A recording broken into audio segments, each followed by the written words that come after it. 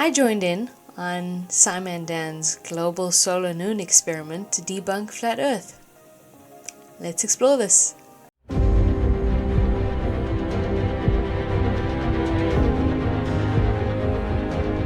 Hello everyone, welcome back to Star Stuff.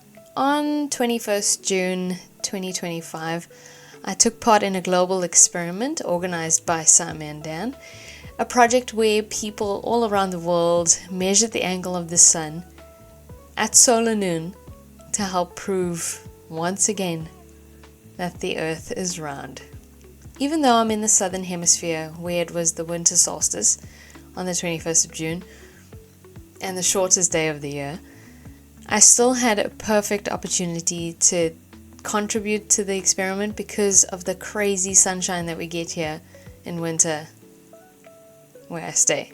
The principles of the experiment work anywhere on Earth.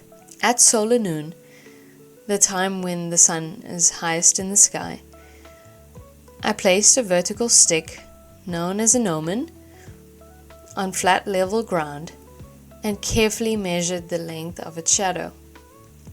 Using that measurement, I calculated the sun's angle above the horizon at my location. Thousands of others around the world did the same at solar noon, and together we created a data set that shows how the sun's angle changes with latitude.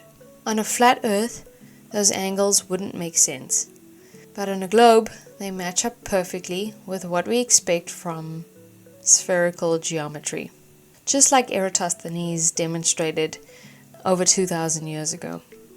This is simple science using everyday tools, and it works because the Earth is really a globe.